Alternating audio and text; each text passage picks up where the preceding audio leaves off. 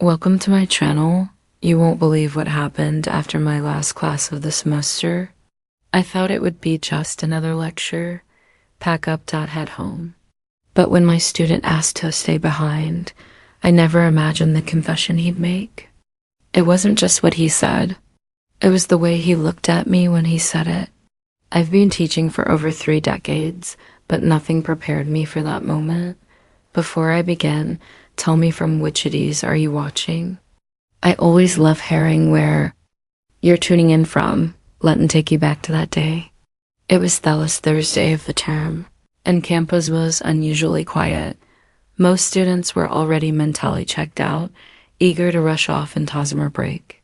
I had just wrapped up my final lecture of the semester, comparative literature with a bit of old world philosophy woven in. The kind-of subject that makes the more mature students lean forward and the younger ones squirm. Liked that tension dot at 63. I've gotten good at reading a room. I can tell who's there to coast, who's genuinely interested, and who's trying to figure themselves out through every book we read. William was the last kind. Curious, quiet, but with something simmering beneath the surface. He never interrupted, but he never looked away either. Always front row, always a little too intense for a 20-some that day. When the class ended and their soul of backpacks and scraping chairs filled the room, William stayed seated. I noticed it right away. I always notice. I was gathering my books, slipping my glasses into my purse, and when I looked up, there he was, still sitting there, his eyes fixed on the desk in front of him. "William," I said gently, not wanting to startle him. He looked up quickly as if he just woken from a trance. "Professor Barbara, do you have a moment?" There was something tentative in his voice, not nervous, but careful, measured. "Of course," I replied, a little more curious than I let on. "Is everything all right?" He hesitated, then nodded. I've been meaning to talk to you." I didn't want to do it during class. We were alone now. The classroom had emptied out. The hallway outside was skeet. The hum of the old overhead lights gave the room a soft, buzzing stillness. Emotion, too. The chair beside my desk. "Go ahead," I said. "Take your time." He stood up instead of sitting, walking to the window, then back again. His movements were full of energy he didn't know what to do with. "I know this is probably unprofessional," he started. "And you don't mean any disrespect, that I've been thinking about this for weeks, months, really." I sat still, watching him carefully. My heart beat a little faster, not out of fear, but out of a strange awareness that something in the air had shifted. It wasn't just a student-professor conversion anymore. There was more. He finally stopped pacing and looked directly at me. His eyes were darker than usual. Or maybe it was just the shadow of the afternoon light coming in through the blinds. "You probably don't remember the first time we spoke." He said it was after the lecture on the age of innocence. "You told me I had an old soul." I did remember. I remembered the slight smirk on his face when I said it, like he wasn't sure if it was a compliment or a gentle tease. That comment stayed with me. I continued, not because it was flattering, but because I felt seen, and not just as a student. There was a long pause. I should have interrupted. I could have laughed it off, changed the subject, excused myself, but I didn't. I just listened. William stepped a little closer. He wasn't threatening, quite the opposite. He was vulnerable in a way that caught me completely off guard. "You made me feel something I haven't felt in a long time," he said. "Like I can actually be understood, like I don't have to pretend." I sat back, swallowing the lump that had formed in my throat. I had no script for this moment. I had spent decades as a mentor, a guide, a listener. I was always the one with answers, the one with poise. But suddenly, I was just a woman. "William," I began, and I could hear theory in my own voice. He held up, his chin gently, respectfully.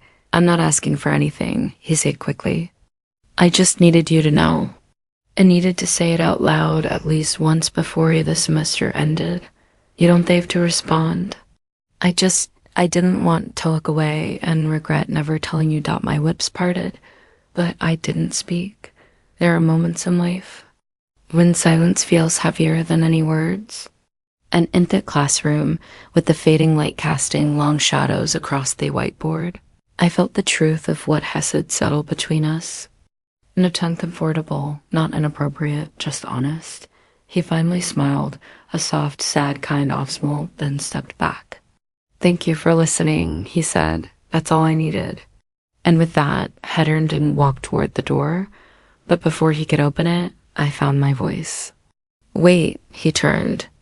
And in that moment, one that I'll never forget, I saw him not as a student, but as Amen, and I had no idea what I was going to say next. "Wait," I repeated, and I was just as surprised to hear my voice as he was. My hand hovered midair, unsure of whether to gesture him back in or wave it off. He paused, one hand still on the doorknob, the late afternoon sun from the hallway casting a warm glow behind him like something out of a dream. He didn't speak. He waited, so I stood slowly, carefully. My body moved as if in slow motion, not from hesitation, but from the sheer gravity of what I was about to allow. "I'm not sure I know what I'm doing," I said with a soft smile, mostly to myself. He turned fully back toward me, the door clicking shut behind him with a finality that settled heavily in the room. "You don't have to know," he said. "Neither do I nodded, absorbing that thought how strange it felt to not be the one with the answer. How strangely freeing. I've been teaching for almost 35 years. I began moving slowly around the desk, arms crossed loosely over my chest, half guarding my emotions. I've seen students come and go, eager and lost, brilliant and distracted, and some, I remember, long after grades are posted. "You, William, you've lingered in me mind." His eyes held mine. Not intense now, but open, present. "It's not the age," I added before Heckled say anything. "It's never been about that. It's the way you listen, the way you look at people like they matter, like you're trying to see something deeper. But it's rare, especially these days." He took a tentative step toward me, and I didn't move back. There was no rush in the air, just tension. Soft magnetic tension that neither of us needed to name. "I never wanted to cross a line," he said, his voice lower now. "Not with you. You haven't," I replied. "But I think maybe I have." He shook his head gently. "No, you were just honest." There was a small silence after that, not awkward, but thick. With emotion, neither of us knew how to untangle. I walked past him, moving to the window and pulled the blinds open slightly. The campus outside was emptying, scattered students walking toward their cars, backpacks bouncing, laughter echoing in the distance. It felt like watching the world from inside a snow globe, separate, untouchable. I don't get seen this way very often anymore, I admitted, my fingers still holding the edge of the blind. "Not as a woman, just as Professor Carter or worse." "Ma'am, it's like the world put me in a shelf the moment I crossed 60. You're not invisible to me," he said immediately, firmly. I turned to face him, my breath catching slightly at how steady he looked. His hands were in his pockets now, his shoulders relaxed, alert. He was watching me, not waiting for anything, just watching, like my presence itself had value. That did something to me. "I spent years teaching about connection," I said, walking slowly back toward him. Literature, poetry, philosophy, all of it about people searching for someone who gets them. And yet I never really thought I'd still be part of that search. "You are," he said, a little closer now, a stop just short of him. My eyes traced the line of his jaw, the tension at the corner of his mouth. He was nervous despite how calm he looked. I could feel it in the way he shifted his weight, in a slight tightness in his shoulders. "I'm not afraid of what you said earlier," I whispered, "but I am afraid of what it could mean if I answer. I'm not asking you to answer anything, he replied, his voice low and full of something that sounded dangerously like her. I'm just here. There's a strange comfort in being seen without having to explain yourself. In that moment, William wasn't a student. It wasn't a professor. We weren't even people bound by rules or years or roles. We were just two souls briefly intersecting in a way that neither of us expected. I reached out, brushing my hand across desk for support. It felt like a lifeline, something to tether me to reality. I don't think I've let anyone in like this. I murmured more to myself, fan him. Then maybe it's time, he said, even if it's just for this moment. I looked at him for a long time, weighing every risk, every ounce of logic that told me to keep my distance. And yet all I could feel was the warmth between us, the slow-blooming trust, the tender, unexpected gravity of something real. My hand found his gently. No rush, no pressure. He didn't pull away. Fingers curled softly around mine, not possessively, not boldly, just enough to say, I see you. And for the first time in a very long while, I allowed myself to be seen. That night, I walked home in silence. The early evening breeze was warm, fragrant, with late spring blooms. The streets were quiet, my heels clicking against pavement as I tried to process what had happened. Nothing happened. And yet everything had changed, not because of a confession, but because someone looked into the very heart of me and didn't flinch. I didn't sleep much. My mind played it. All again and again.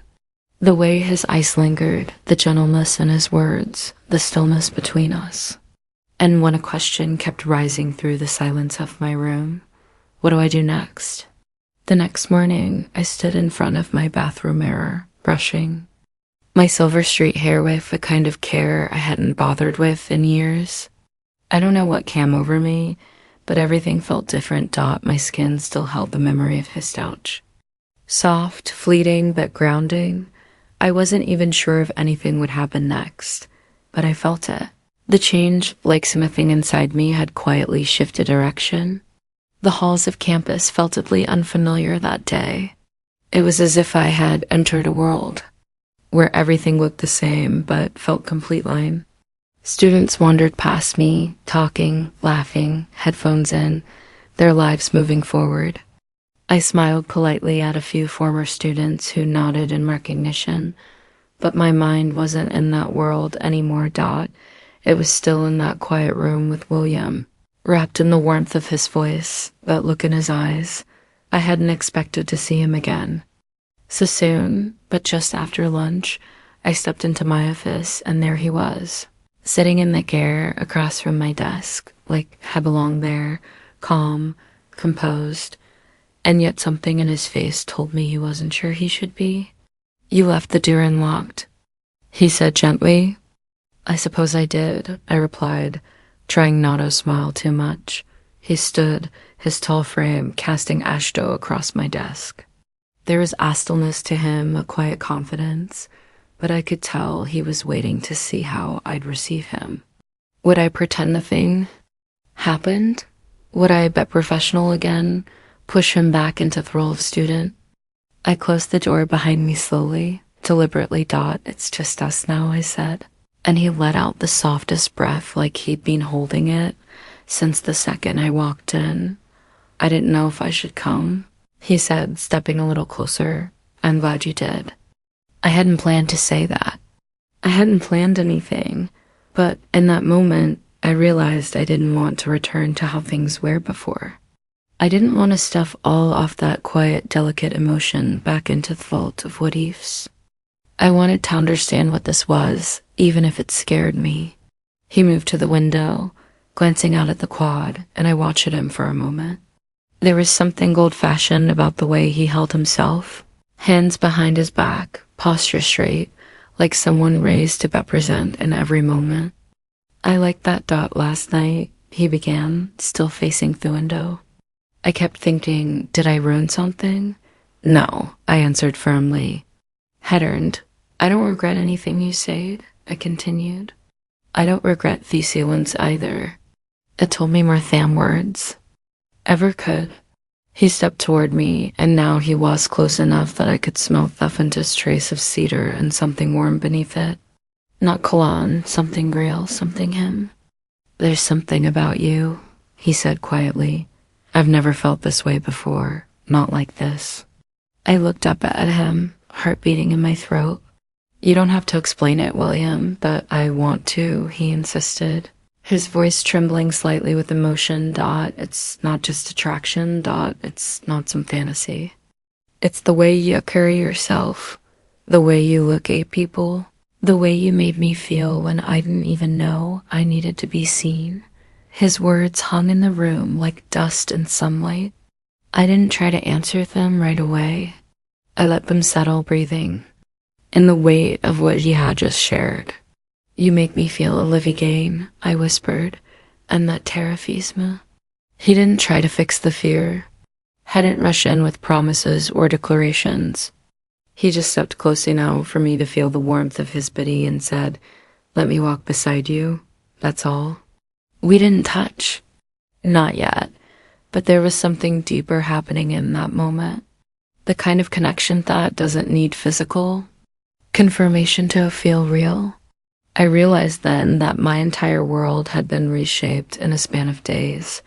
I wasn't craving youth. I wasn't trying to relive a past. I was stepping into a future I hadn't known was possible.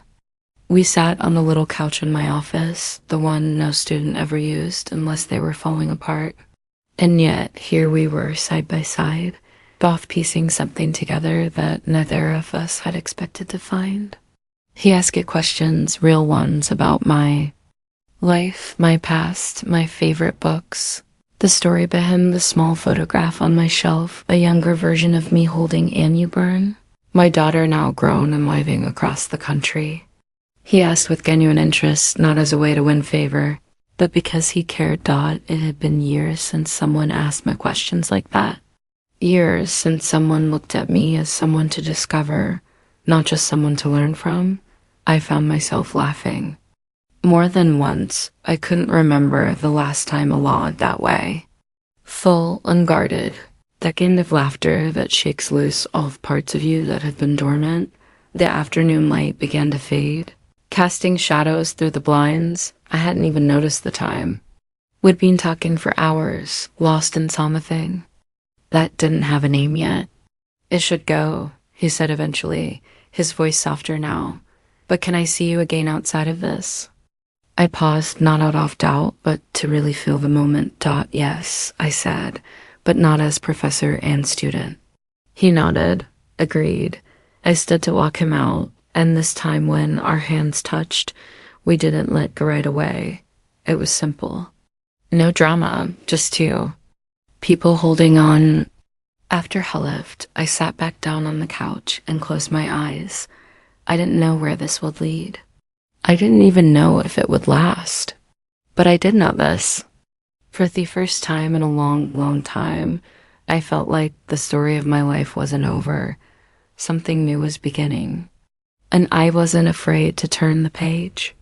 The days that followed passed like chapters in a book. I didn't want to end. William and I met again.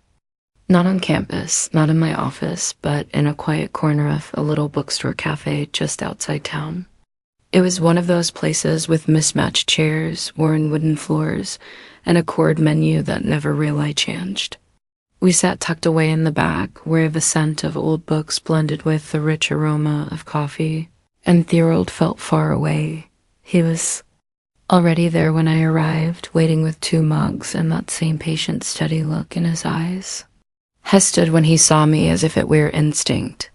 No one does that anymore. You remembered I take it with cream? I said, surprised. He smiled. Of course I did. We talked, not about what had happened, not right away. We talked about the small things, music, family, our first heartbreaks. He told me about his younger brother and how he used to walk him to school every morning when their mother worked double shifts. I told him about the summer I spent in Paris after my divorce, how I thought it would heal me, but instead just left me more aware of my solitude. But the space between us had changed. weren't cautiously circling something anymore. We were in it. At one point, he reached across the table and lightly brushed a crumb off my lip with the pad off his thumb. It was the smallest gesture, quick, innocent, but I felt it like a spark up my spine. That night, he welcomed me to my car. It was late. The kaffa had emptied out, the street quiet. A soft breeze tugged at the hem of my coat, and I watched as he hesitated. By the passenger side, unsure. "You want to say something?" I said, leaning back against the door. "I do," he admitted. "But I don't want to ruin the pace we found." "Say it anyway." He stepped closer.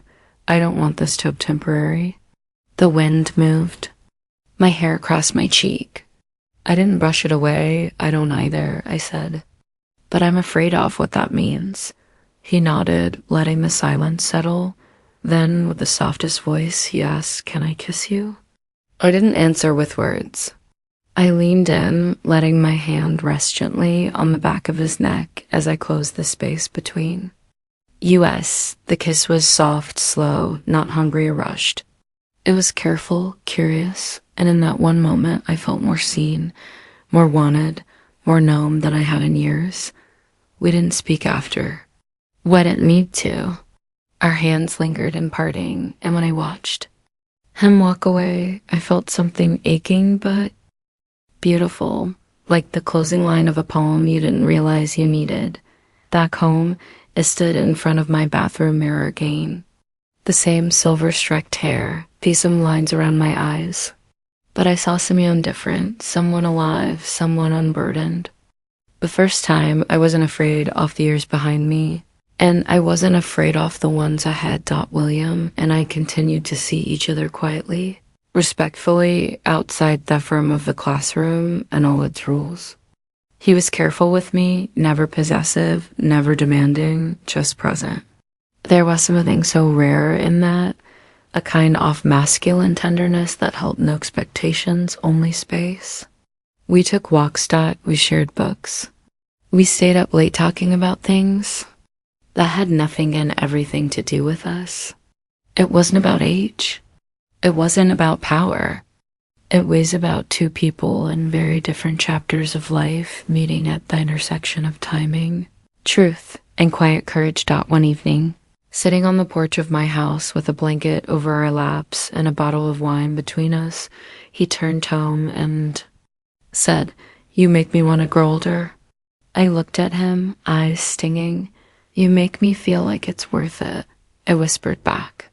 There's something deeply human about being chosen, not just by your years, your scars, your history, but because of them. He didn't want a polished version of me.